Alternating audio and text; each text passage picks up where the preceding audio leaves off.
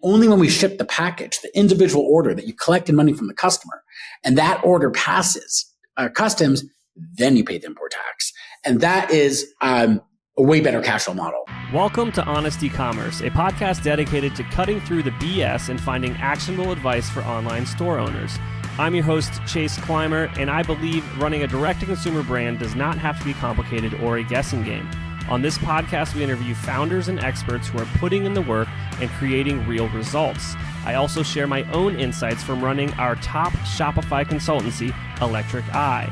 We cut the fluff in favor of facts to help you grow your e-commerce business. Let's get on with the show. Hey everybody, welcome back to another episode of Honest E-Commerce. Today, I'm excited to bring back to the show Izzy Rosenzweig, the CEO of Portless. Izzy, welcome back. Chase, thank you so much for having me. It's great to be here again. Absolutely. So I've got one of those word of the day calendars sitting next to me, right? And today's word of the day, you wouldn't even believe it, tariffs. Do you know anything about those? Oh, really? That's wild. Yeah. That's a fun word. Yeah, no, and it's a word that a lot of people don't know what it means, and now they are learning, unfortunately, and it's affecting businesses big and small all over the place. Literally yesterday, I read that Canon, who is the manufacturer of I don't know if you know this, but like if you're either Canon or you're Nikon, and it's like you're to the death, like your sports teams. Or anyway, so Canon said that they're raising their prices on everything, which is terrible, but also I just bought the other. I kind of knew some of this stuff was happening, so I bought a bunch of new stuff the other day. Anyways, today Izzy is going to share with us a ton of information about tariffs, about some of the other recent changes that are going to affect global supply chain and profitability and all sorts of stuff. So quickly, I guess before we dive into those specific questions. Why should people listen to you? How are you an expert on this stuff? You're not lying to me, right? Well, I say I'm not. You got to speak to more than one person and use every person as a data point. But I happen to do de minimis model and the direct from China to the US for over 12 years. So I've been doing it a long time, have shipped millions and millions of packages, both in de minimis and the world after de minimis, including the world of tariffs. So happen to be living and breathing this for a very long time, and think I have a perspective on it for sure. All right. First and foremost, explain what de minimis was and what recently changed. Absolutely. So de minimis was a law that existed it still does for outside of China, close to 100 years, which is any package that is valued under $800 is import duty free to the United States. It is not a loophole. It is the law. And so people start to leverage it actually probably 30 to 40 years ago by having facilities in China, in Mexico and Canada, and bringing parcel by parcel over the border. But then the model from direct from China also started growing over the last 15 years. And then it got really big. So everyone knows Shein and Temu. These are two big companies, Chinese companies that leveraged it. But really, there were hundreds, if not thousands, of American companies that also leveraged it. And that's what Portless does. We actually enable American brands to leverage de minimis and direct supply chain model over the last many years. So a customer could essentially store their goods in the China model near the factory. They'll get an order. The order will be picked, packed. The customer will get a tracking number within 24 hours, USPS, one of the other regional carriers. And on average, 6 days later, a driver will leave it at their front door. So USPS driver, on track, whatever the carrier is. So the consumer gets a very local and normal DTC experience, but the brand just massively improved their cash flow. So they went from where used to be waiting 2 months to put your goods on water and not being able to sell it, and having enough inventory to last with that buffer, so 4 to 6 months of inventory, that is just a ton of money out the door day one, and it's brutal in cash flow. This model, your goods sit near your factory, so you can have much less inventory because you can restock so quickly, and you're getting cash out really quickly. One day post-production, you're starting to sell, and you're getting money from the customer so quickly. So de minimis was the method of entry into the country. So de minimis, import duty free. The method of entry was called Type 86. That is how you did customs clearance with the CBP. It was import duty free. And that is how this model existed for many, many years. That was de minimis until May 2nd.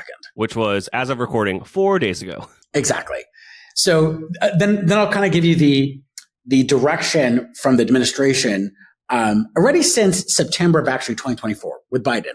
He said, we're going to get rid of de minimis. We don't like the fact that all these orders coming in import duty free. Yes, it's the law, but we want to get rid of it and change the law. Fair game. You could change the law. So we knew that the world of de minimis was going away. So the question is, what changes now? Well, the foundation of why people use this model is all about cash flow. Sure, you could save import tax on your $5 cost of goods t-shirt, which, depending on the tariff could be, little or a lot. But end of the day, why people use the model is agile inventory. You're next to your factory, can restock really quickly, less money in inventory, and cash back really fast. So that's why people use the model. So what happens when it goes away? And we had direction for a long time. So two things change. One, you got to start paying import tax. Now everyone pays the same import tax. Okay, no problem, but you still get the cash flow benefits. Two is how you entering into the country. You can no longer use type 86, which was the method under de minimis. Now you have to use something called type 11 or type 01, informal entry or formal entry. There you need your HS codes, you need descriptors, you need your transaction value. But as long as you have that data, you get into the country just as efficiently. So the consumer, the end consumer, still has the same 6-day delivery time frame. So nothing changes from their end. But now the brand has to pay import tax. But there is one big new advantage that now exists in this model. If you're a typical brand and using normal supply chain, not the Portless supply chain, and you buy $1 million of goods because you want to hit a, $4 million Q4, you put on a boat. The day it gets to the CBP, you got to pull out your checkbook and write a check for $1.4 million or more. You're talking 144% taxes, just in reciprocal on top of base. Most brands will go bankrupt with that model. So the need to pay taxes upfront is a death sentence for most brands that just don't have that money sitting around. They got to pay their employees. You got to pay the rent. On the Portless side, what's nice is you don't need to pay those taxes day one. The goods are staying outside of China. Your $1 million of goods are in our warehouse. And then only when we ship the package, the individual order that you collected money from the customer, and that order passes customs, then you pay the import tax. And that is a way better cash flow model. So de minimis being removed, the new world is T11, T01, just another method of entry to the country where you're able to pay taxes. But de minimis is not the problem. The trade war is the problem now. And that is a really big problem. Absolutely. And just to kind of parrot it back to you as a layman, just to make sure that I got everything. Yep. So de minimis was a way to import goods that were under $800 in value for the last forever without having to pay import taxes. And now that has gone away. Now, import taxes are different than tariffs, correct? Import taxes is you're paying import taxes on tariffs. So it is interconnected. Like when you import something to the country, the import of record must pay a tax. Now, what is that tax? A tariff is essentially another word for tax. So there's your base tax, which is like, slippers pay 6%. But then there's now reciprocal and fentanyl and all the other stuff. And all that all of a sudden starting to compile. So import tax, like what do I got to pay? Well, there's all these different types of tariffs. And now you got to pay all of them. And where is it coming from is another kind of key to this wild west of import taxes and tariffs. Alrighty, so moving on from de minimis, let's talk about tariffs. And there's numbers for all sorts of different countries, but the biggest one is China, which is also the number one manufacturer for most goods of most brands. 100%. So the first thing that people don't realize is China is no longer the cheapest place to manufacture. Was back in the day, no longer the case. India, it is 5 times, the cost of labor is 5 times, is 20% of the current labor in China. It is much, much cheaper. Vietnam, not that much cheaper, but still much cheaper. So it's no longer about what labor costs are, it's now expertise. China simply had 50 years building expertise on sewing, on hemming, on buttons, on the manufacture of buttons, on different types of zippers, on embroidery, machines that do the embroidery. Then there is the ecosystem. Then there's the fabric mills. Like there is a world that needs to happen. So now this old misconception that made in China is inferior goods is actually potentially wrong. It was true, but it did evolve. Like the classic example is the iPhone. But you also may not see this on US or Canada or even many streets, but the cars coming out of China now are actually beautiful. the BYD cars. They are really high tech, beautifully, fully autonomous production. Like they have upped their game. Listen, they have 50 years doing this, right? And as you make more money, the country got wealthier, then they're making more for the local market as well. There's great, beautiful quality products. So bring it down to like the consumer goods that US people buy.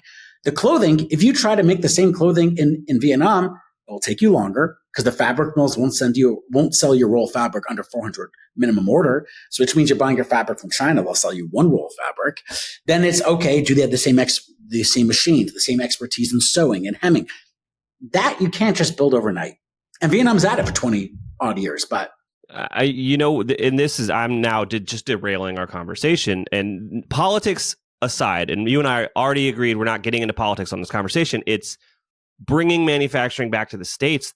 The quality won't be there for some time too, which is something I don't think anyone has talked about. 100%. And the way I would say, even beyond quality, the raw materials don't exist. The ecosystem doesn't exist. Yeah. And for me, I always say I'm a big believer. Anything national security, we need to own. So you want semiconductors? If we lose semiconductors, that is very scary for the US. But cosmetics doesn't matter to the US for national security. So I think anything around national security, I think you will see a very tough stance on tariffs forever. Semiconductors, drone technology, pharmaceuticals, I think there will be a very tough stance when it comes to tariffs. And you can understand it. It's national security related, and they have to make that call because what they know.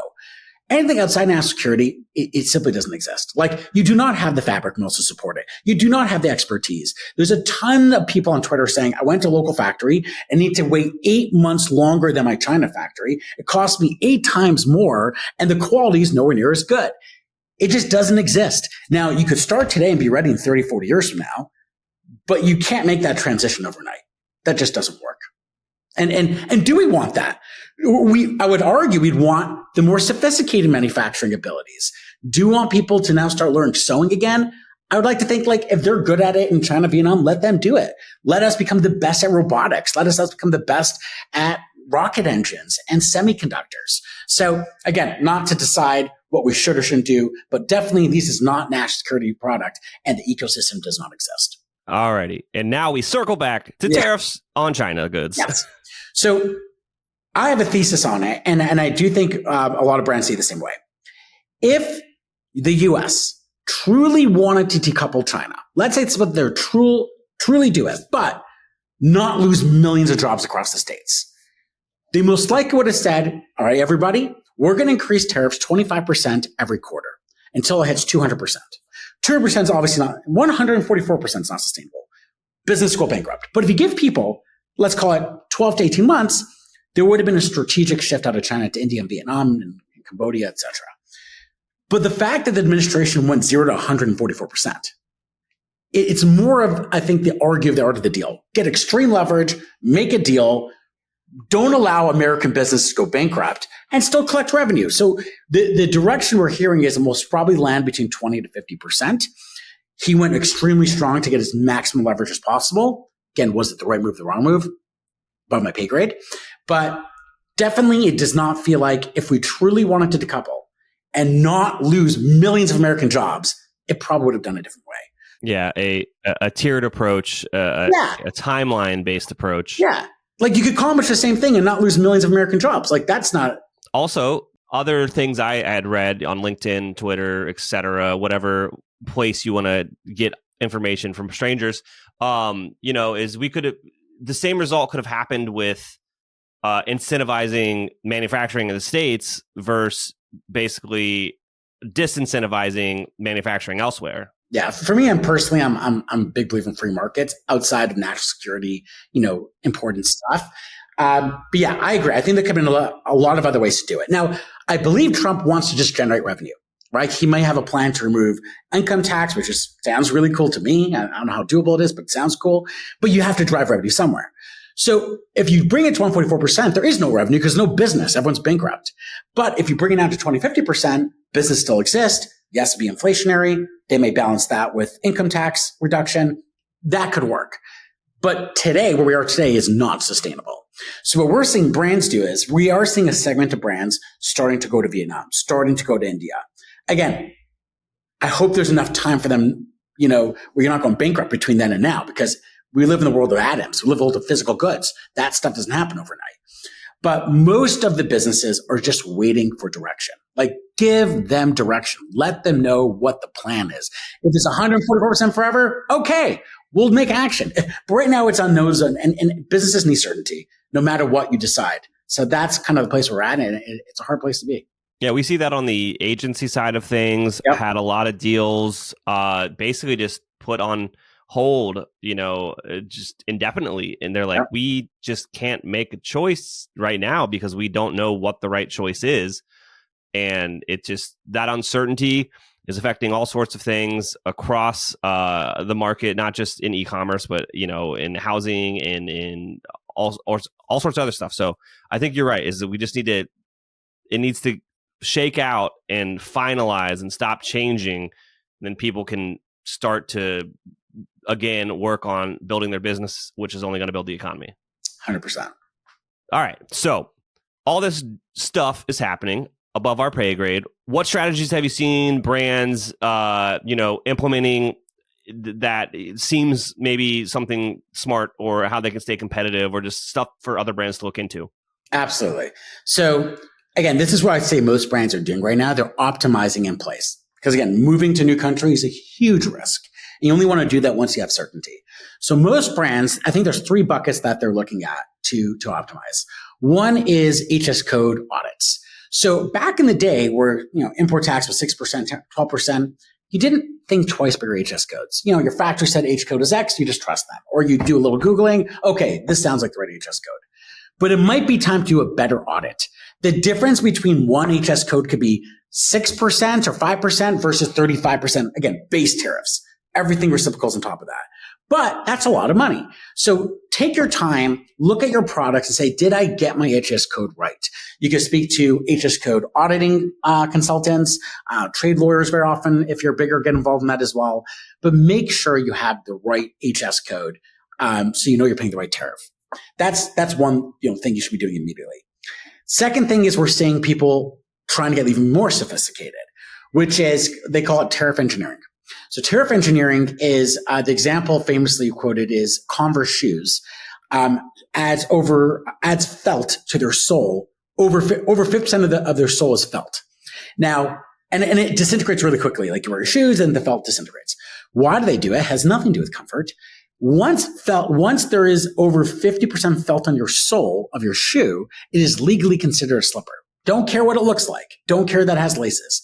50% felt, it is legally a slipper. Well, the base of a slipper is about 6%, the base tax is, versus a shoe is over 30%. Brilliant move.